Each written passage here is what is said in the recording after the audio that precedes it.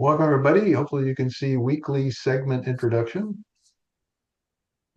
We are on to chapter 8. We're going to see almost a replay of Daniel's dream from chapter 7. It takes place a couple of years later in Daniel's timeline. But again, he's going to see these images. And this is one of the chapters that helps us remember just how magnificent Daniel's prophecies are. These are so astounding in the things he was able to see and record that it actually fuels speculation by non-believers that, oh, this can't be written when it was written. He must have written it more in later time. In other words, people not Daniel, probably around the time things actually happened, because his forecasts and his ability to see 100, 200, several hundred years into the future is beyond a person's ability, and certainly into that supernatural state. So we're going to read about his vision of a ram, which we're going to actually be told represents the Persian Empire, the Medo-Persian Empire, and then the goat, which we're going to see representing the Greeks and the infamous Alexander the Greek that's going to come in that future timeline that Daniel sees. Why would they believe that if they read Isaiah? Know, we do. We're going to see this chronological shift we're still engaged in. We're up here talking about the rule of Cyrus after the rise of the Medo-Persian Empire, but we actually shifted back chronologically to verses 7 and 8. We're back under Belshazzar around 550 to 539 BC. So we're still back in the past. Daniel's recounting these images and visions that he had. Quick summary of chapter 8. He's about 72 years old, and he sees this vision of a ram and a goat.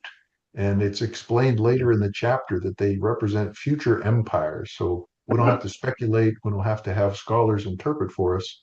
The heavenly messengers do, and Daniel merely records what he learns. We learn that the goat, a representation just like the eagle is for America and the bear is for the Soviet Union. The Greeks, you have the goat as their um, symbol, and he's going to defeat the Medo-Persian ram, the two-horned animal. One horn, of course, is greater than the other, and that horn, in fact, is going to be broken. We're also going to see a future ruler arise. And what's interesting as we study this tonight is we're going to see a two-pronged future prediction. One that is taking place about 500 years in the future for Daniel, and one that hasn't yet taken place in our future, some 2,000 years later. So that'll be an interesting review when we talk about those symbols that God gives us as kind of a warm up and a representation. We're going to see that God is the one who sets the limit on the period of this oppression. The vision is going to show us that the divine action is going to win. And Daniel is so touched by this revelation, and as we should be so impressed by his accuracy, that he's actually exhausted. He's just left shadow of a man. It's just so unbelievable, but he shared it with us. Let's take a look at those first couple of chapters, first couple of verses. The ram, again, the Medo-Persian Empire, is this powerful empire that's expanding. And that doesn't take much prediction. I mean, Daniel's living it. He's lived it for 70 years since he was taken as a youth. He sees this tremendous nation. It's almost like us looking around and saying, America, 250th anniversary, it's a great nation. We've grown, we've, done. But what's interesting is then to make the predictions of who the next rising empire is going to be. And as you'll see, he sees the Greeks as the one that's going to emerge and really just overwhelm that ram. And we know from history that that was Alexander the Great and his ability to move so swiftly to extend his kingdom all the way from Greece to India. So we'll see that imagery showing the sudden rise and fall of the empires. We're also going to read in later verses 9 to 14 about this defiant ruler and how that small horn grows and exalts itself. So we know that after Alexander's death, he was about 30 years old when he conquered the world, only lived for about 2 more years, made it to 32, and then died. And he was replaced with four generals, and those four smaller horns each took a chunk of the world. And one of those horns really emerged as kind of the leader from among them. And we're going to see that horn, that leader, has a sacrilegious experience in the temple. And we're going to read about that occurrence. It's also going to be, again, like I said, a foreshadowing of the greater desecration that's going to take place in the time of the Antichrist. So there was this leader, one of the generals, this Antiochus the Fourth, who named himself Epiphanes, meaning I forget. I think one who's like God. And he, in about 500, 400 years after Daniel, um, did these atrocious things to the Jewish people. Instead of Cyrus, who supported the Jewish people, actually allowed them to go back and rebuild the temple, he made the reading of the Torah illegal. He slaughtered a pig on the altar in the temple and then smeared, pig juices, and when they boiled him all around in the temple, and he erected an idol. It was Zeus or Jupiter, depending on if it's Greek or Roman, uh, in this Holy of Holies. And in doing so, we believe fulfilled an example of this abomination of desolation that we read about in Matthew. Now, in one of the books in the intertestamental period, the time between the Old Testament and the New Testament, the Maccabean revolt, and we don't have these books in our canon as sacred scripture, but they're still recognized as historically accurate. After a 3 year period, this Antiochus was overthrown and they rededicated the temple. And we know this to take place in 165 BC because that's actually the beginning of the celebration of Hanukkah. That's when the oil burned for 8 days when it was only supposed to last two. So this example of this Antiochus the Fourth is interpreted by many readers as, oh, that's what Daniel was seeing. But we'll see that that was not the only time that this kind of a affront to the Jewish temple is going to take place. So we are catching up on what our temples we're talking about. About 900 BC, Solomon completed his temple, and it was destroyed by Nebuchadnezzar. We know about that in about 586 BC. That's when he took all the gold implements from the temple. He took all the people and exported them to the Babylon area, including Daniel, who we read about. Eventually, Cyrus is going to allow them to go back about 516 BC and rebuild that second temple. And we know that 400 or so years into the future, 350 years into the future, this Antiochus the Fourth is going to desecrate the temple, putting a pig on the altar and doing a bunch of other bad things. A couple of years go by, 3.5 years or so.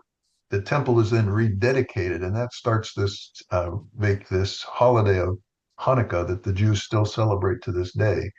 And then, of course, if we fast forward all the way to the time of around Jesus, 20 BC, Herod expands the temple under Herod the Great. And then, of course, it's destroyed in AD 70. So there's really a few temples we're talking about.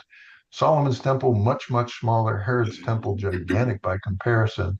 And you can see in the bottom corner, there's kind of a US football field to give you a scale of how big those temples are that we're talking about.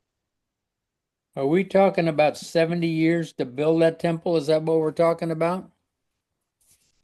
Uh, the temple was expanded. It built upon starting in 20 BC and stood for about 90 years. So it was being used in the time of Jesus, which was about 30 AD. So yeah, around 50 years that that temple had been built. That's why they were so outraged when he said, "Hey, destroy this temple and I'll rebuild it in 3 days." And they were like, "Are you crazy? This temple's been being built for 50 years." Well, it took the second temple was returned in 70 years after the temple was first temple was destroyed, right? 90 years. Well, And then it was that desecrated in 167 BC. That's yeah, desecrated. They didn't tear it down. that's 400 years. It was just made unholy, and Okay, okay, it took a while okay, to make it holy again. They didn't actually tear down the temple in okay, 167. okay. So 2 years, okay. Yeah, desecrated, not destroyed. But the concept we're looking at today is something called a near fulfillment. So if Daniel's vision said, hey, this guy's going to arise, he's going to abolish the sacrifices, he's going to make a mockery of the altar, and it's really bad for the Jewish people. Historians would say, oh, he's talking about Antiochus IV. That took place in, the 167 BC, and that matches his timeline. But this concept of near fulfillment is a common biblical teaching that God gives us. So there's other near fulfillments, like if you think about a father willing to sacrifice his son, we could see Abraham kind of in the position of God and Isaac as Jesus. I'm willing to sacrifice my son. I love him, but I'm willing to sacrifice him. We could also see the image of Moses being a Jesus like character who delivered people from bondage. Moses delivered them from bondage. Jesus delivered us from the bondage to sin. We can also see the idea of the Passover lamb, of spreading the blood on the doorposts, and death passes you over. Whereas if you immerse yourself in the faith of Jesus, death will pass you over and you'll live forever. This first death you'll still experience, but not the second death. You'll live forever. And then, even finally, with Moses holding up a bronze serpent on a pole, symbolic of kind of Jesus being held up on the cross, and in doing so, was a early fulfillment or an example of a echo that you're going to see early in the scriptures fulfilled later. So this idea of Antiochus, yes, it was fulfilled. Daniel's vision was fulfilled by Antiochus, but it's also going to be fulfilled by the Antichrist in the times of the future, which we haven't gotten to yet. We believe, according to Revelation, that time is still before us. Luckily, the angel gives us an interpretation in verses 15 to 26. He says, this is what the ram represents. This is what the goat represents. And this is what it really shows you, is that God is sovereign over all future events. The historians look at the success of Alexander the Great, and they say, how is that part of God's plan, that a man Hellenized or shared the Greek language throughout really the known world?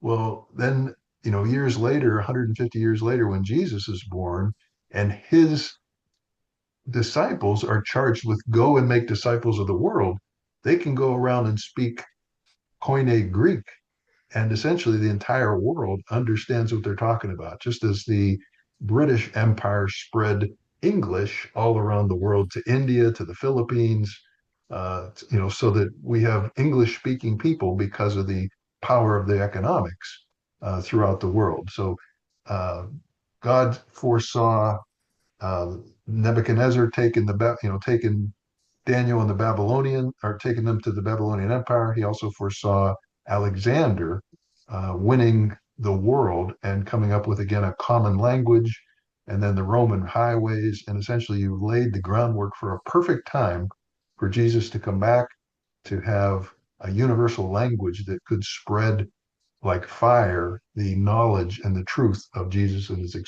existence. Finally, we learn at this last verse that this prophecy is so powerful, so insightful, so meaningful, that Daniel just is overwhelmed. Yeah, he's 72, he's a little bit older, but it's just the revelation that he sees of what God's going to do, and the power of God, who is in all times and is omnipotent, omnipresent, that it overwhelms him to see that kind of power. But he resumes his duties despite not fully understanding. And this is kind of the takeaway for us, is we don't know what God is expecting of us in our lifetime.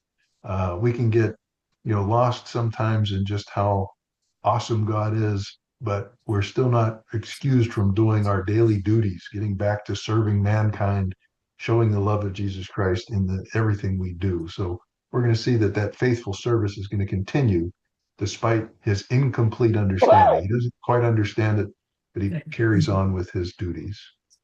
That's what we have this week. I hope you enjoyed the overview.